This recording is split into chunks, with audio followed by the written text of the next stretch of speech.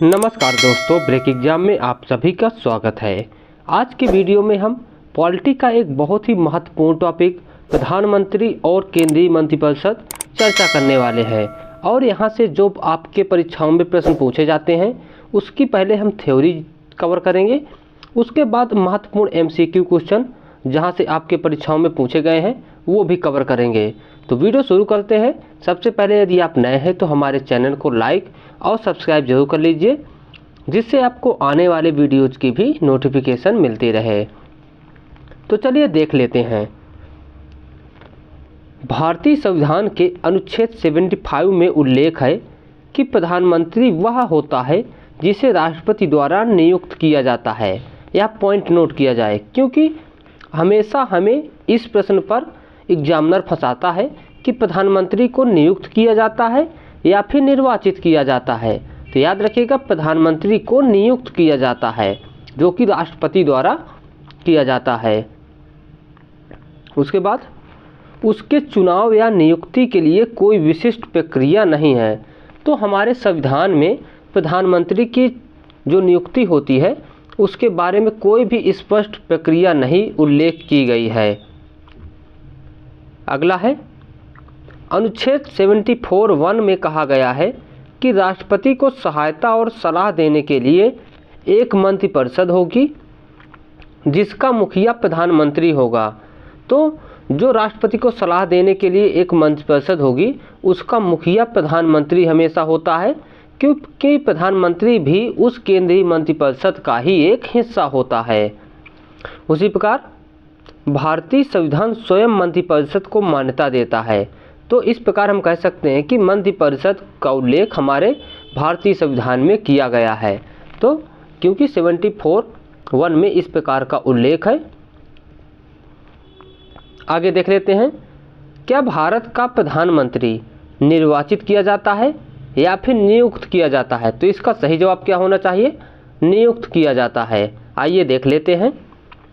भारत के राष्ट्रपति उस व्यक्ति को प्रधानमंत्री नियुक्त करते हैं जो या तो उस पार्टी का नेता होता है या जिसके पास लोकसभा में बहुमत होता है।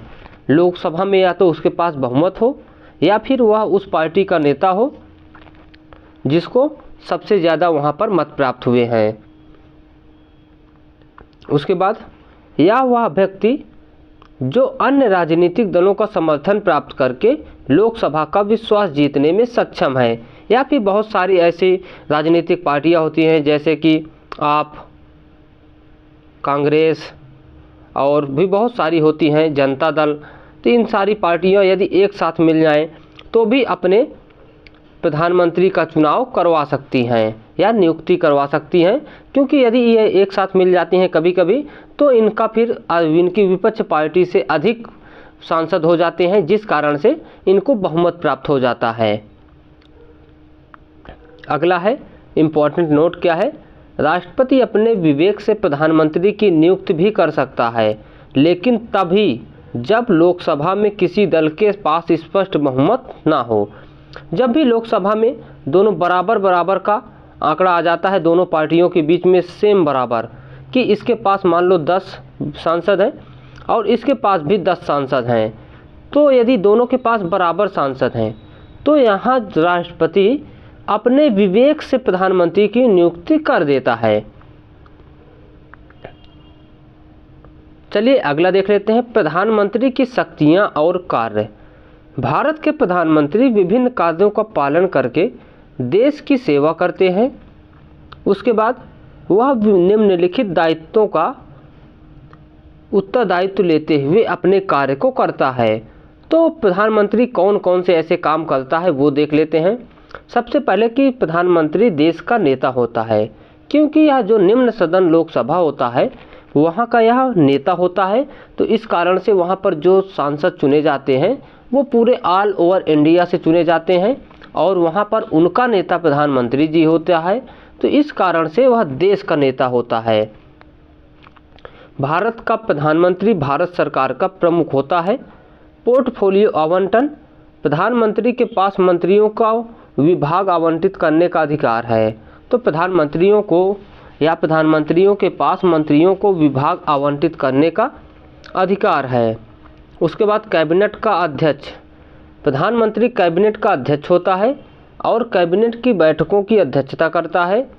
यदि सदस्यों के बीच कोई महत्वपूर्ण मतभेद हो तो वह अपना निर्णय थोप सकता है। तो प्रधानमंत्री कैबिनेट का अध्यक्ष होता है और कैबिनेट की बैठकों की अध्यक्षता करता है।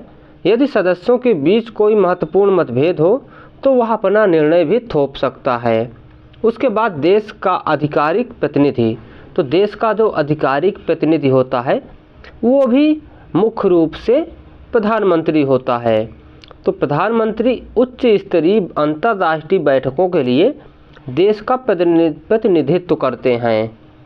उसके बाद देख लेते हैं राष्ट्रपति और मंत्रिमंडल के बीच एक कड़ी का कार्य भी प्रधानमंत्री का करता है। तो प्रधानमंत्री राष्ट्रपति और मंत्रिमंडल के बीच एक कड़ी के रूप में भी कार्य करता है। वह मंत्रिमंडल के सभी निर्णयों के बारे में राष्ट्रपति को सूचित करता है जो संघ के मामलों के प्रशासन और कानून के प्रस्तावों से संबंधित होते हैं। अगला है प्रमुख। तो प्रधानमंत्री बहुत सारे ऐसे विभाग हैं जिनका मुख्य और मुखिया होता है, जैसे कि प्रधानमंत्री परमाणु कमान प्राधिकरण, नीति आयोग, कैबिनेट की नियुक्ति समिति, परमाणु ऊर्जा आयोग, अंतरिक्ष विभाग और कार्मिक लोक शिकायत और पेंशन मंत्रालय के प्रमुख हैं।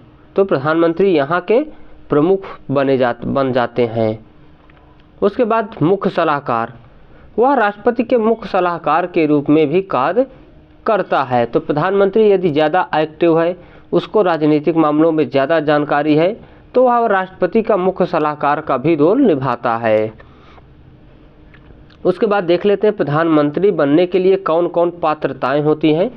तो उनमें क्या क्या ऐसी चीज़ें होती हैं जो उसको प्रधानमंत्री बनाने के योग्य बनाती हैं। तो पहला है कि भारतीय प्रधानमंत्री बनने के लिए एक व्यक्ति बनना होगा कि वह भारत का नागरिक है, पहला। दूसरा, राज्यसभा या लोकसभा का सदस्य हो।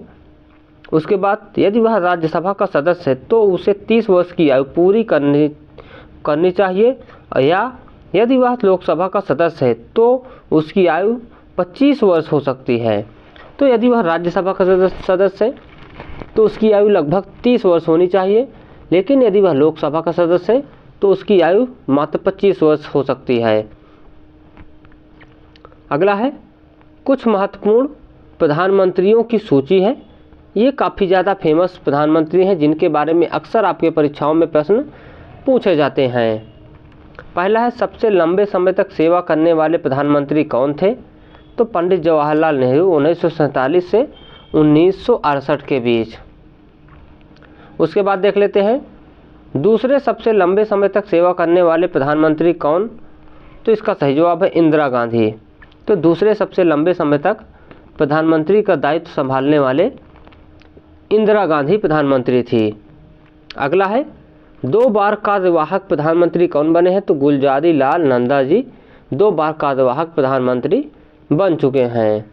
उसके बाद भारत रत्न पाने वाली भारत की पहली महिला मंत्री कौन है। तो इंदिरा गांधी हैं। तो इंदिरा गांधी को ही सबसे पहले भारत रत्न का पुरस्कार दिया गया।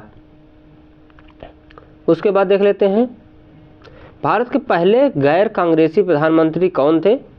तो मोरारजी देसाई, ऑप्शन पहला ही है इसका। उसके बाद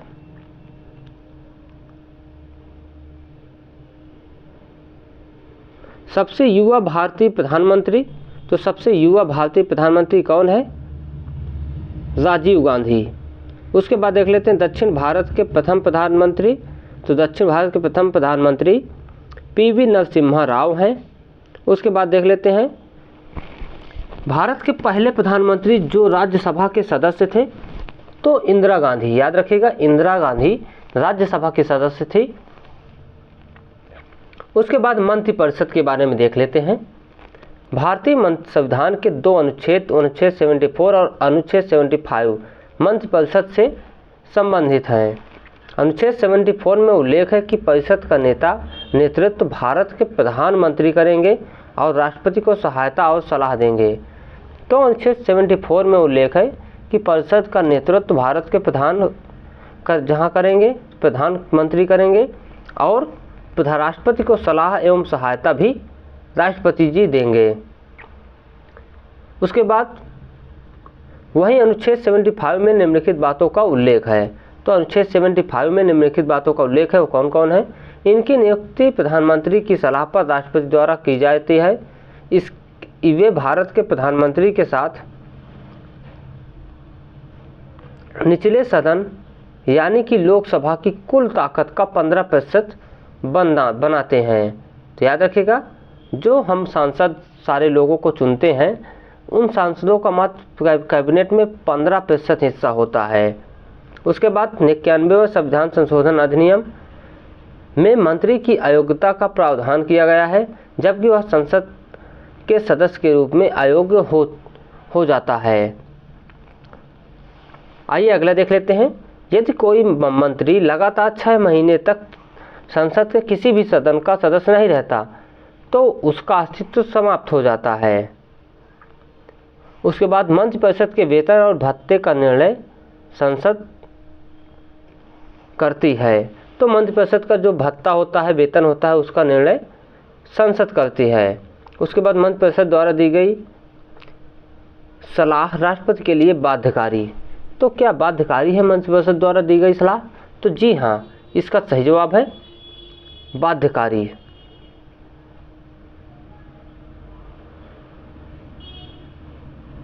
उसके बाद मंत्रिपरिषद द्वारा दी गई सलाह राष्ट्रपति के लिए बाध्यकारी है। तो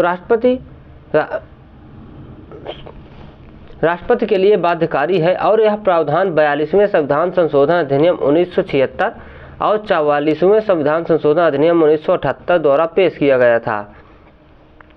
उसके बाद अधिनियमों में यह भी उल्लेख है कि परिषद द्वारा दी गई सलाह की जांच किसी भी अदालत द्वारा नहीं कराई जा सकती।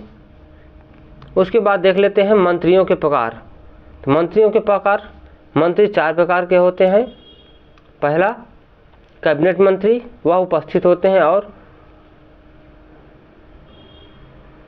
कैबिनेट की हर बैठक में भाग लेते हैं। तो कैबिनेट मंत्री हमेशा संसद में उपस्थित होते हैं और प्रत्येक बैठक में भाग लेते हैं। उसके बाद स्वतंत्र प्रभार वाले राज्य मंत्री, वह एक राज्य मंत्री हैं जो कैबिनेट मंत्री के अधीन काम नहीं करते हैं।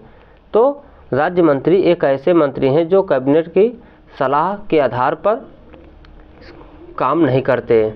उसके बाद राज्य मंत्री, वह ऐसा मंत्री होता है जिसके पास किसी विभाग का स्वतंत्र प्रभार नहीं होता, वह राज्य मंत्री कहलाता है। उसके बाद उप प्रधानमंत्री व उप प्रधानमंत्री, वह होता है जो कैबिनेट सरकार या स्वतंत्र प्रभार वाले राज्य मंत्री के अधीन काम करता है।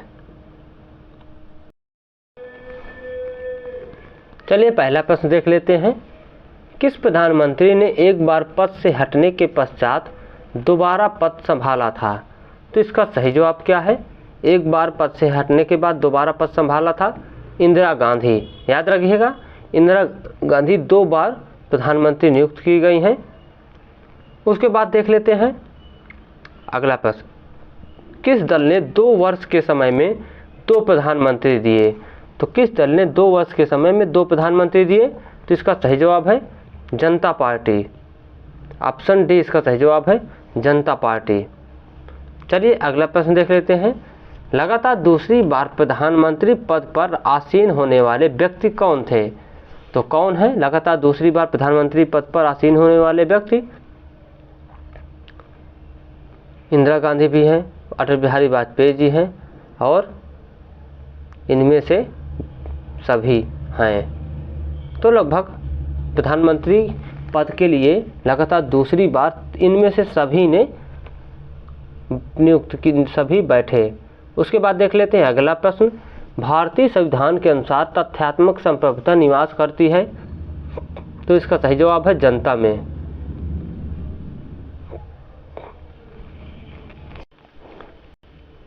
उसके बाद आगे देख लेते हैं। भारत के प्रधानमंत्री, काफ़ी इम्पोर्टेंट क्वेश्चन है, मनोनीत किए जाते हैं, चयनित होते हैं, नियुक्त होते हैं, निर्वाचित होते हैं। तो इसका सही जवाब क्या है? नियुक्त होते हैं। ऑप्शन 3 इसका सही जवाब है, ऑप्शन 3 नियुक्त होते हैं, जो कि राष्ट्रपति द्वारा नियुक्ति इनको दी जाती है। उसके बाद संसदीय शासन प्रणाली सर्वप्रथम किस देश में विकसित हुई है? तो इसका सही जवाब क्या है? ब्रिटेन। ऑप्शन तीसरा इसका सही जवाब है। ब्रिटेन में संसदीय शासन प्रणाली और इसके साथ ही एकल नागरिकता का प्रावधान भी ब्रिटेन से ग्रहण किया गया है। उसके बाद अगला प्रश्न देख लेते हैं। अगला प्रश्न है, भारत के प्रधानमंत्री का पद परंपराओं पर आधारित है, संसद द्वारा पारित साधारण विधेयक द्वारा गठित है, संविधान द्वारा गठित है, उपर्युक्त सभी असत्य हैं। तो इसका सही जवाब क्या है? ऑप्शन तीसरा संविधान द्वारा गठित है। तो भारत के प्रधानमंत्री का पद संविधान द्वारा गठित है। अगला प्रश्न है, संसदीय शासन प्रणाली में वास्तविक कार्यपालिका शक्ति किसके पास होती है? तो इसका सही जवाब है राष्ट्रपति के पास। ऑप्शन ए इसका सही जवाब है। अगला प्रश्न है, प्रधानमंत्री की नियुक्ति कौन करता है? तो प्रधानमंत्री की नियुक्ति कौन करता है? इसका सही जवाब है राष्ट्रपति। ऑप्शन तीसरा। उसके बाद देख लेते हैं अगला प्रश्न, लोकसभा में विश्वास मत प्राप्त करने में असफल रहने के कारण त्यागपत्र देने वाले प्रधानमंत्री कौन हैं? तो इसका सही जवाब है एच.डी. देवगौड़ा, वी.पी. सिंह। ऑप्शन तीसरा उपर्युक्त दोनों इसका सही जवाब है। चलिए बढ़ते हैं अगले प्रश्न की ओर। प्रधानमंत्री को उसके पद की गोपनीयता की शपथ कौन दिलाता है? तो इसका सही जवाब क्या है? गोपनीयता की शपथ कौन दिलाता है प्रधानमंत्री को? तो राष्ट्रपति जी। ऑप्शन तीसरा इसका सही जवाब है। राष्ट्रपति जी प्रधानमंत्री को उसकी गोपनीयता की शपथ दिलाते हैं। चलिए अगला प्रश्न देख लेते हैं। लोकसभा में विश्वास मत प्राप्त करने के पहले ही त्यागपत्र देने वाले प्रधानमंत्री कौन हैं? तो अटल बिहारी वाजपेयी और चौधरी चरण सिंह। तो इसका सही जवाब क्या है? ऑप्शन सी, दोनों ने ही लोकसभा में विश्वास मत प्राप्त करने के पहले ही त्यागपत्र दे दिया था। उसके बाद देख लेते हैं अगला प्रश्न, सामान्यतः प्रधानमंत्री। तो सामान्यतः प्रधानमंत्री कौन होता है? पहला ऑप्शन है लोकसभा के बहुमत दल का नेता, राज्यसभा के बहुमत दल का नेता, लोकसभा का सदस्य होता है, राज्यसभा का सदस्य होता है। तो इसका सही जवाब क्या है? लोकसभा के बहुमत प्राप्त दल का नेता होता है। Option A. अगला प्रश्न है, भारत का वह प्रधानमंत्री जिसने एक सांसद की हैसियत से संसद के उन सभी संयुक्त अधिवेशनों में उपस्थिति दर्ज कराई जो स्वतंत्र भारत के इतिहास में अब तक संपन्न हुए हैं। तो इसका सही जवाब क्या है? तो इसका सही जवाब आप कमेंट में ज़रूर बताइएगा। इसका सही जवाब आप कमेंट करके ज़रूर बताइएगा क्या होगा। चलिए हम अगला प्रश्न देख लेते हैं, क्योंकि इसमें थोड़ा कन्फ्यूजन है, तो आप इसका सही जवाब गूगल से सर्च करके ज़रूर बता सकते हैं हमें। अगला प्रश्न है, भारत में एक व्यक्ति अधिक से अधिक कितनी बार प्रधानमंत्री पद पर नियुक्त हो सकता है? केवल 3 बार, केवल कितनी ही बार, केवल 1 बार। तो इसमें आप इसका क्वेश्चन बता सकते हैं, क्योंकि कितनी बार या केवल 1 बार या केवल 3 बार, आपके लिए यह MCQ कुछ रहेगी, आज का प्रश्न रहेगा। आप इसका जवाब कमेंट बॉक्स में ज़रूर बताएं। तो चलिए दोस्तों, मिलते हैं आपसे फिर से नए वीडियो में। तब तक के लिए थैंक यू, बाय।